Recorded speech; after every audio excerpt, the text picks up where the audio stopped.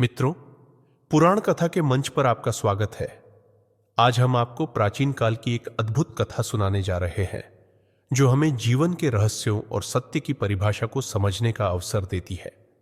इस कथा में सृष्टि के रचयिता ब्रह्मा जी और पालनकर्ता भगवान विष्णु के बीच एक विशेष प्रतियोगिता होती है, जो अंततः भगवान शिव की अद्वितीय उपस्थिति से समाप्त होती है।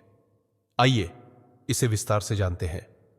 कथा की शुरुआत करने से पूर्व आप सभी से प्रेम पूर्वक विनती है कि कृपया पुराण कथा चैनल को सब्सक्राइब कर लें, क्योंकि हमें आपका प्रेम तो मिल रहा है, मगर दुलार अर्थार्थ सब्सक्राइब करने में आप थोड़ी कंजूसी कर रहे हैं। आपका प्रेम और दुलार ही हमारा संबल है, और इसी के बल पर हम आपके लिए अद्भुत कथाएं लाते हैं। आइए कथा की शुरुआत करते हैं। एक दिन देवताओं ने एक हलचल मची देखी कि ब्रह्मा जी और भगवान विष्णु के बीच तकरार हो गई है। जब देवता वहां पहुंचे तो उन्होंने देखा कि दोनों एक दूसरे को गुस्से में देख रहे हैं। आवाजें तेज हो रही थीं और देवताओं के समक्ष ही ब्रह्मा जी ने शिकायत की, मैं यहां आया और विष्णु ने मेरा अभिवादन तक नहीं किया। मैं सृष्टि का निर्माता हूं, त्रिमूर्ति का प्रथम सदस्य। क्या मुझे थोड़ा सम्मान भी नहीं मिलना चाहिए?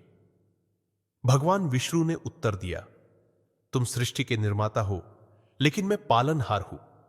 तुम केवल सृजन करते हो, परंतु मैं उसे संभालता हूं। ब्रह्मा जी ने कहा, तुम्हारा संरक्षण संभव है, क्योंकि मैंने सृष्टि की शुरुआत की है। यदि मैं सृजन नहीं करता तो तुम्हारा कार्य क्या होता? भगवान विष्णु ने उत्तर दिया, सृजन इतना कमजोर है कि उसे मेरे संरक्षण की आवश्यकता है। क्या तुम्हें याद है कि मैंने मधु और कैटब को कैसे हराया था? जो सुरक्षा करता है वही महान होता है। तुम्हारे पास कितनी भी शक्ति हो, यदि तुम अपने सृजन की रक्षा नहीं कर सकते तो वह शक्ति व्यर्थ है। शक्ति? ब्रह्मा जी आगे बढ़े, तुम मेरी शक्ति की सीमा देखना चाहते हो? मेरे शरीर में प्रवेश करो और देखो कि मैं क्या समेटे हुए हूं। तुम्हारा शरीर? इसमें प्रवेश करो। विष्णु जी ने ब्रह्मा जी के अंदर प्रवेश किया और पाया कि लाखों दुनियाएं धड़क रही है। वहां समुद्र उफन रहे थे और पहाड़ ऊंचे उठ रहे थे।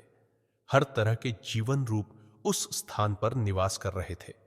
चारों ओर शानदार पारिस्थितिकी तंत्र सांस ले रहे थे। भ्रूण गर्भ धारण कर रहे थे और बढ़ रहे थे, जबकि तत्व पोषण और पोषण कर रहे थे। हर आयाम अद्भुत दृश्यों और ध्वनियों से सराबोर था, जो उसने पहले कभी नहीं देखा था। हर नजारा यह घोषणा कर रहा था कि शून्य एक झूठ है, क्योंकि शून्य भी अपने गर्भ में रहस्य छिपाए हुए थे। सृष्टिकर्ता के शरीर से बाहर निकलते हुए उन्होंने उसे संबोधित किया, आप वास्तव में हर चीज के स्वामी हैं, लेकिन आप यह क्यों नहीं देखते कि मेरा शरीर किस चीज को घेरे हुए है? ब्रह्मा जी अब विष्णु जी के अंदर चले गए और चकित होकर खड़े हो गए। वह वास्तव में अनंत के सामने खड़ी डीढ़े थे, असीम और असीम। एक अंतरतारकीय स्थान जिसमें लाखों आकाशगंगाएं हैं, विशाल ग्रह और झिलमिलाते नक्षत्र, भूत, वर्तमान और भविष्य का समय, प्रकट और अप्रकट आयाम। उसकी कई आंखें जो देख रही थीं, उसे समाहित करने में विफल हो रही थी। उसके कई सिर जो अवशोषित कर रहे थे, उसे संसाधित करने में विफल हो रहे थे। एक ब्रह्मांड नहीं, बल्कि कई ब्रह्मांड। एक ब्रह्मांडीय बहुरूप दर्शक की तरह मल्टीवर्स, बदलते और फिर भी अपरिवर्तित, उसे खुद को खोजने के लिए, खुद को खोने के लिए कह रहे थे, परम सत्य का पता लगाने के लिए। अस्तित्व के हर विमान से गुजरते हुए सृष्टिकर्ता बाहर आना चाहते थे, लेकिन बाहर निकलने का रास्ता नहीं खोज पा रहे थे। ऊंची नीची तलाश करते हुए वह आखिरकार कमल के डंठल के माध्यम से अपना रास्ता बना लिया और एक बार फिर भगवान विष्णु की नाभि से बाहर निकल सके। दोनों ने यह साबित कर दिया कि वे कितने दिव्य हैं। बहस फिर से शुरू हो गई। अब गालियां खत्म हो जाने पर उन्होंने एक दूसरे पर हथियार लहराने शुरू कर दिए। जब सभा में हलचल मची, अचानक उनके सामने आग का एक विशाल स्तंभ प्रकट हुआ। सोने के खंभे की तरह धधकती हुई वह आग ऊपर और नीचे तक पहुंच रही थी, मानो न तो उसका आरंभ हुआ हो और न ही अंत। यह दृश्य इतना सम्मोहक था कि रचयिता और पालक दोनों ही इसे देखने के लिए रुक गए। अब अवसर पाकर सभा ने एक प्रस्ताव रखा। उन्होंने भगवान विष्णु से इस स्तंभ का आधार खोजने और ब्रह्मा जी से इसके शीर्ष का पता लगाने को कहा। जो भी पहले सफल होगा उसे महान माना जाएगा। दोनों देवता सहमत हो गए। भगवान विष्णु ने सूअर का रूप धारण किया और धरती में गहराई तक खुदाई शुरू कर दी, जबकि ब्रह्मा जी ने हंस का रूप धारण किया और ऊपर उड़ने लगे। दोनों ने बहुत खोजा, लेकिन दोनों में से कोई भी न तो उसकी जड़ तक पहुंच पाया और न उसकी चोटी तक। थककर ब्रह्मा जी वापस लौटने ही वाले थे कि तभी उनकी नजर एक केतकी के फूल पर पड़ी जो स्तंभ से गिर रहा था। ब्रह्मा जी ने पूछा, तुम कहां से आए हो?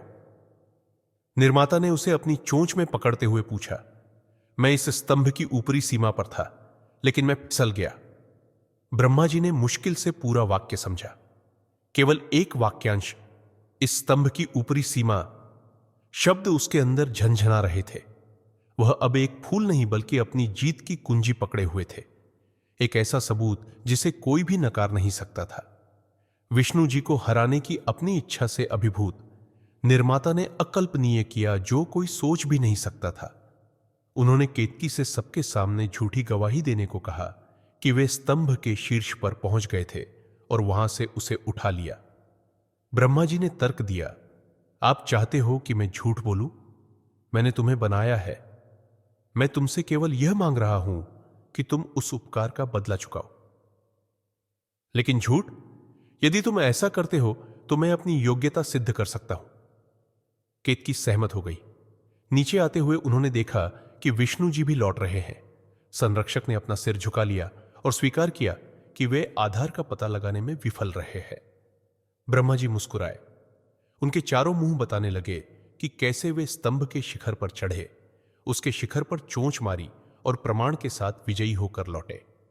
उन्होंने फूल पेश किया और उसने उनकी कहानी को शब्दशः पुष्ट किया। केतकी ने पुष्टि की, ब्रह्मदेव वास्तव में सबसे महान है। भगवान विष्णु ने हार मान ली। उन्होंने मुश्किल से अपने हाथ जोड़े ही थे कि अग्नि का वह स्तंभ फट गया, या बीच से फट रहा था। ओम की ध्वनि जोर से गूंज रही थी। आग की लपटें और भी गहरी लाल होती जा रही थी। उस जलती हुई धुंध में शिव खड़े थे, क्रोधित शिव।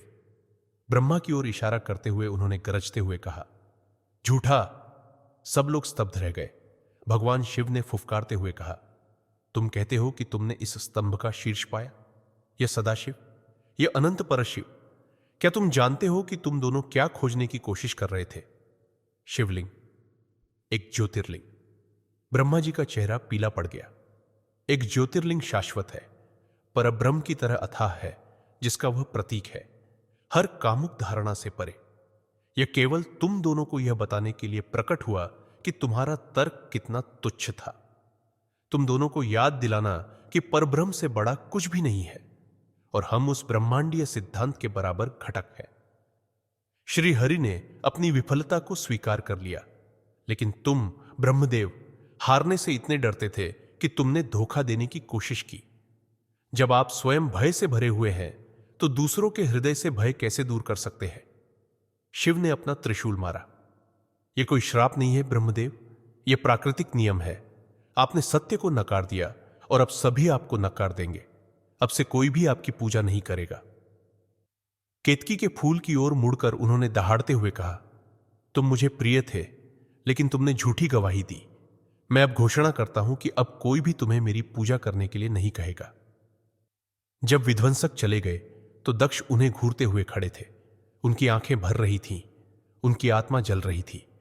पहले आपने मेरे पिता का सिर काटा, अब आप उनकी पूजा करने से इनकार कर रहे हैं। शिव के प्रति घृणा की लहर उन्हें सिर से पैर तक निगल रही थी। इस प्रकार ब्रह्मा जी और केतकी को उनकी गलती का दंड मिला और भगवान शिव ने सभी को एक महत्वपूर्ण सीख दी कि सच्चा सम्मान और महत्ता झूठ और छल से नहीं बल्कि सत्य से प्राप्त होती है। मित्रों, आशा करते हैं इस कथा ने आपकी जिज्ञासा को शांत किया होगा। अगर आपको हमारा प्रयास अच्छा लगा हो तो कृपया आप सभी से निवेदन है कि आप इस कथा को अपने सभी शुभचिंतकों, मित्रों और सहकर्मियों के साथ साझा करें और उन्हें भी पुराण कथा के माध्यम से धर्म के गूढ़ रहस्यों का अनुभव साझा करें। और साथ ही हमारे प्रयास पर अपना लाइक का अंगूठा दिखाते हुए आपके अपने मंच पुराण कथा को सब्सक्राइब करें। भगवान महादेव आप सभी को प्रसन्न रखें और सदा आप पर अपना आशीर्वाद बनाए रखें। इस कथा से अंत तक जुड़े रहने के लिए आप सभी का बहुत बहुत धन्यवाद।